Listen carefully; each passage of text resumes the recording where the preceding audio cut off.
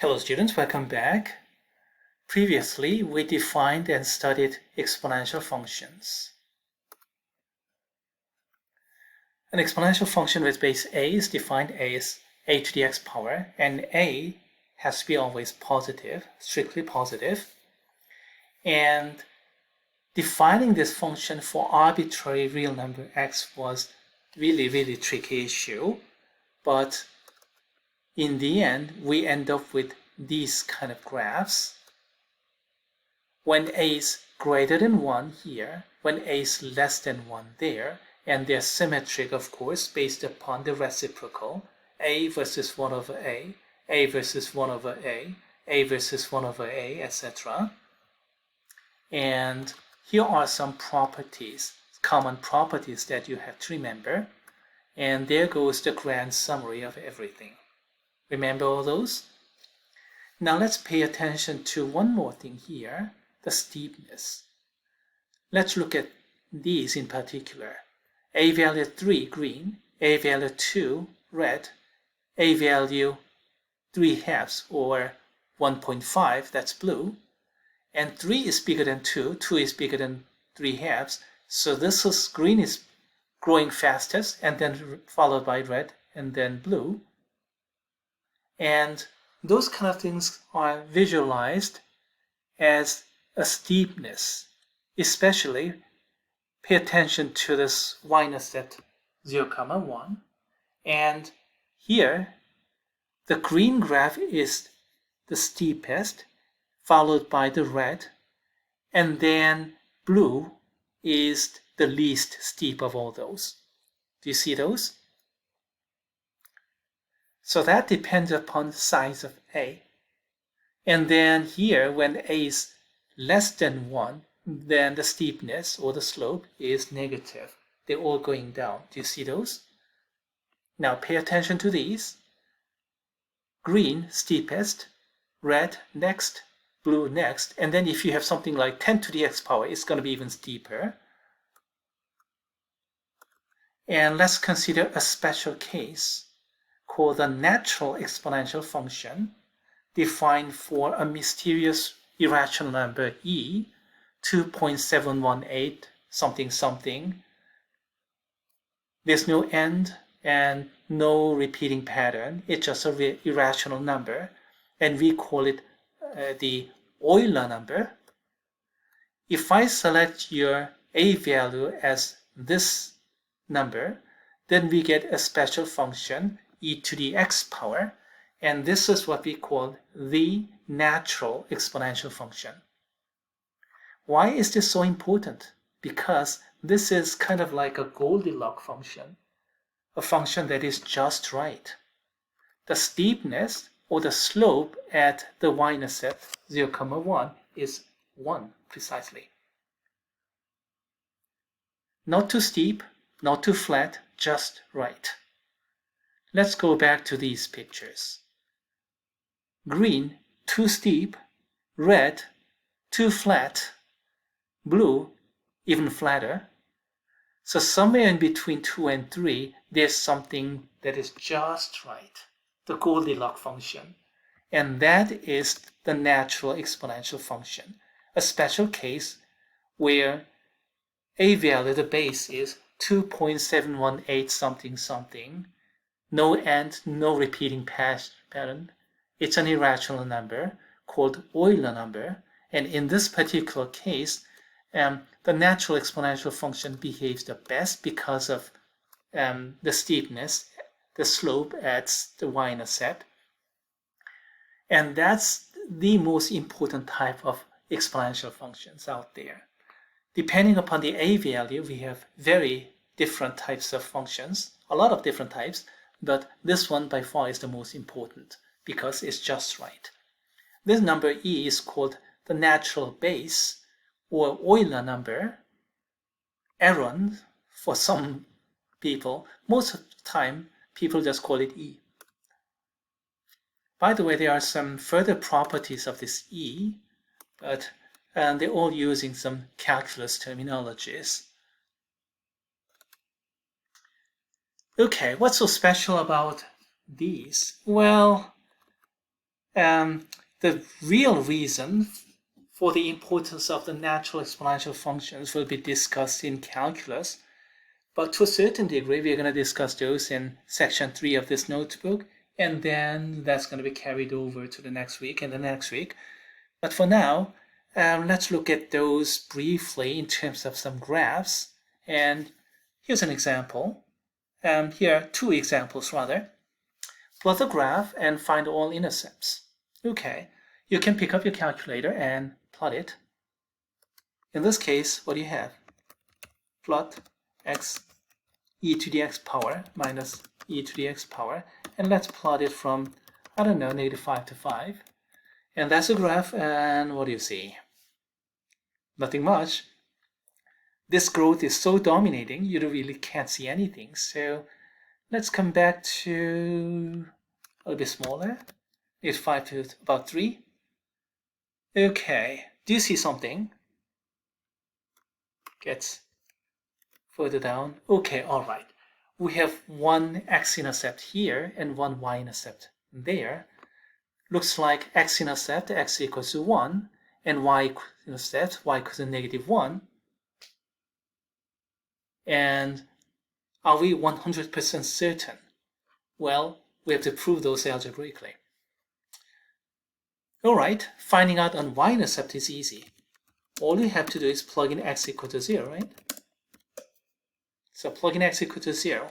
0 times e to the 0 power minus e to the 0 power.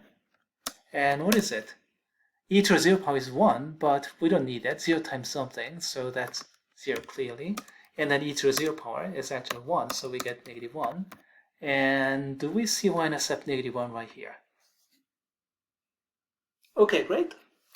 Y-intercept is always easy. X-intercept, on the other hand, requires some work. Okay, pay attention to this because this kind of technique shows up a lot, especially in calculus.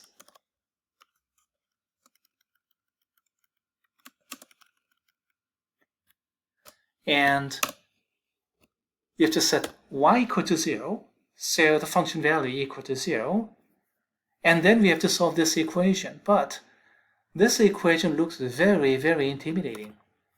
We have a transcendental expression, but it turns out this thing is very, very common and consequently very important. It appears in all kind of different modeling and applications. And that technique, as a matter of fact, is very, very simple, and I think everybody should know. How do you do that? Factor e to the x out. And what's left is x minus 1. There you go. So what do we have? Blue times red is equal to 0.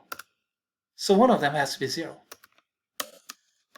So e to the x power is 0, or x minus 1 is equal to 0. That's a conclusion I can draw whenever you factor.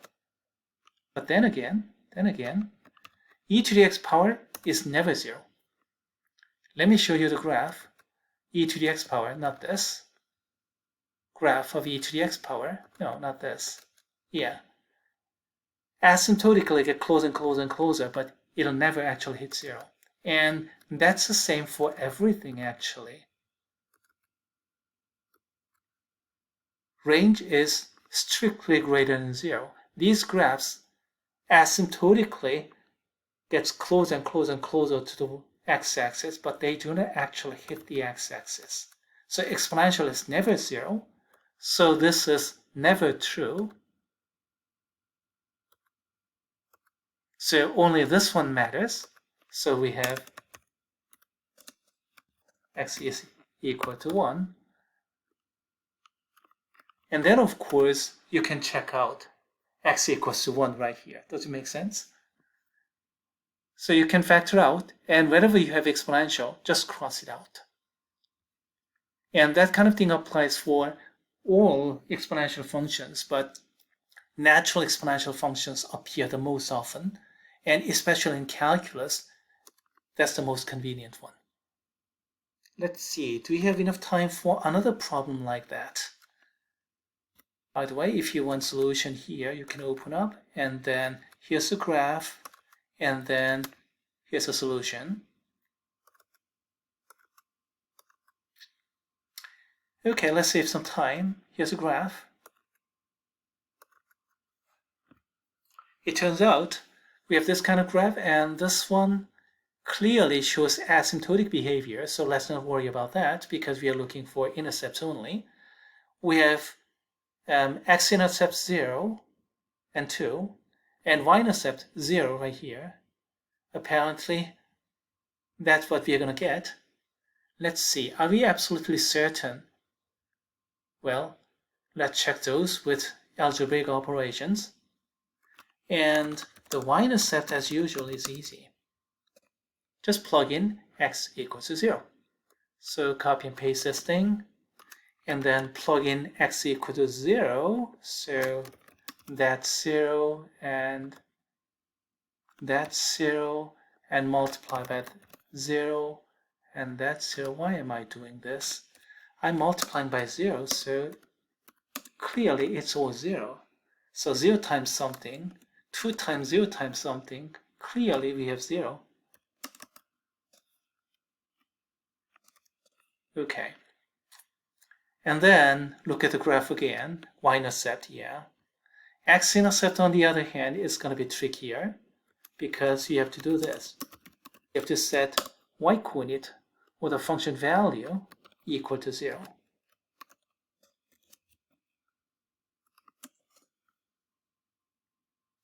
How to solve it?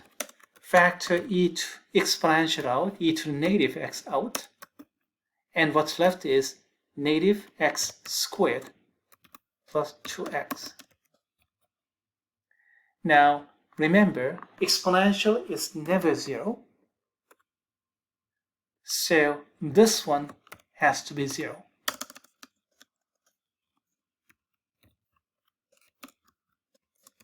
And we ended up with a quadratic equation. Solving this quadratic equation is not going to be too difficult. If you do that, you're going to get two solutions. And if you do it right, you'll get x equal to 0 and x equal to 2. Do you have enough time for that? Looks like we can do it. Let's go ahead and do that. Let's solve that. X squared minus 2x is equal to 0, because I cannot think straight when the leading coefficient is negative. And then let's factor it. Factor x out, x minus 2 is equal to 0. So from first factor, we have x equal to 0, all right? And from the second factor, we get x equal to 2. You see, x minus 2 equal to 0, because either this is 0 or that's 0, but then again, flipping over, we get x equal to 2. And do they fit? X equal to 0, x equal to 2. Yep, they fit the graph. And here's a solution, by the way.